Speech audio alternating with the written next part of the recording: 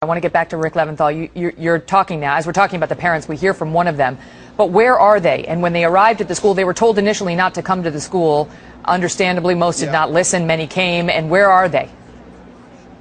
Well, they'd set up an area at a local firehouse. That's where a lot of people were being sent. As we understand, many parents were reunited with their children that were led out of that school. We also know that teachers who were in the school with their kids were huddling them in classrooms and locking the doors when they heard those gunshots fired. I can tell you, as we entered Newtown, which was just minutes ago, we could see a lot of police officers blocking all of the roads that lead to where the school is located. So that entire area has been sealed off, and they redirected the media to this park where the news conference is scheduled to begin any minute now. So the police have the area on lockdown. We know they have the school on lockdown. We know they did a room-by-room, classroom-by-classroom search once this shooting was reported. That's where they located the victims. That's where they apparently located the gunman.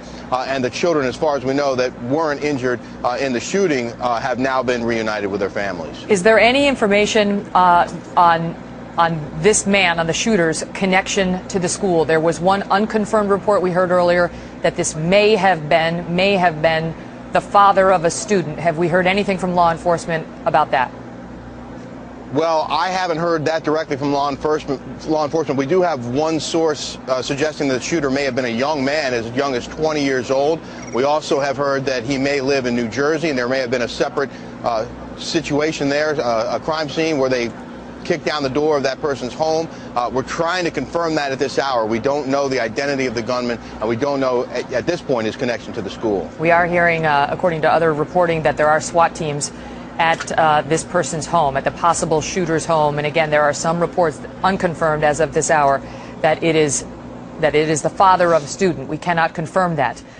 Rick, I want to ask you about whether they are, what the status is as we know it at the school at this hour, because as they are not expecting any more victims to be brought to Danbury, Connecticut Hospital, is the school itself in lockdown, and do we believe that the victims, 26 dead confirmed by Fox News, and we believe that we believe that's 26 plus the gunman, because there are different reports, 26 to 27. But the question is, do we believe the victims are still in the school? Well, Megan, I can guarantee you, based on prior experience, that if you have that many victims located in the school, then it is going to be a very long and very difficult and very grisly crime scene that has to be processed before any of those bodies are moved. Everything has to be carefully documented. Photographs have to be taken. All of those victims have to be secured and then transported from that scene once the entire crime scene has been mapped out, and that can take many, many hours. So you can expect that there will be a crime scene around that school for probably days, and that police will continue to keep everyone out while they process the scene and slowly begin the task of recovering the victims inside that school. But it's not going to be over quickly, especially with that many victims. It's going to take them a very, very long time to process that scene. One can only wonder what the parents of those who are not accounted for right now are going through. Is there a holding place for them outside of the firehouse, Rick? Do we know whether they are present on the scene at all? We haven't been seeing that as of late in the past hour or so outside of the school in the shots that we have.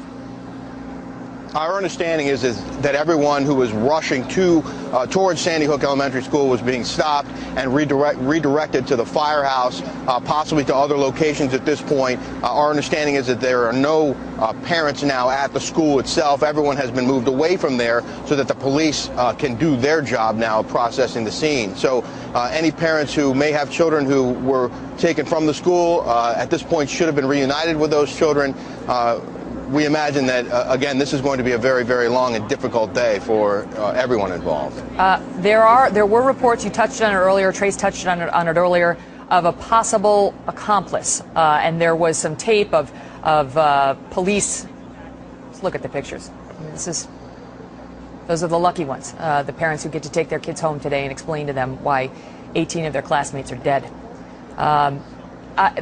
There were reports of a second person, perhaps an accomplice, and then we didn't hear much more about that. First we'd heard that they had been pushed off of that, and now we're getting more reports, unconfirmed as of this hour, Rick, but we're getting more reports now from other sources that a second person may be in custody. Have the police said anything about whether they believe that piece of the investigation is still open?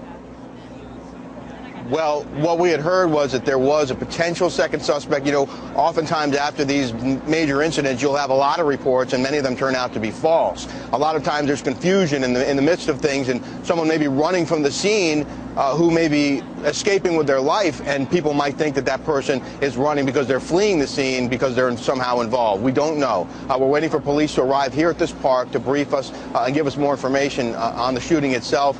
We've been told that there is no active investigation, no active search for a second shooter.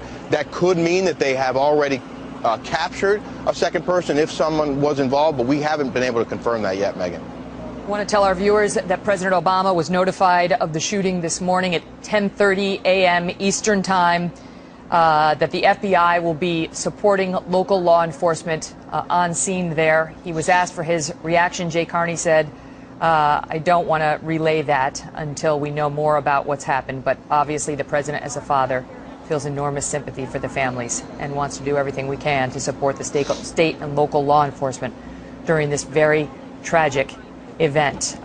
He was also, Jay Carney specifically asked about whether assault weapons ban, whether that remains a commitment of the president, and the answer was yes, it does remain a commitment of his, but today is not a day to engage in the usual Washington policy debates. Go ahead, Rick.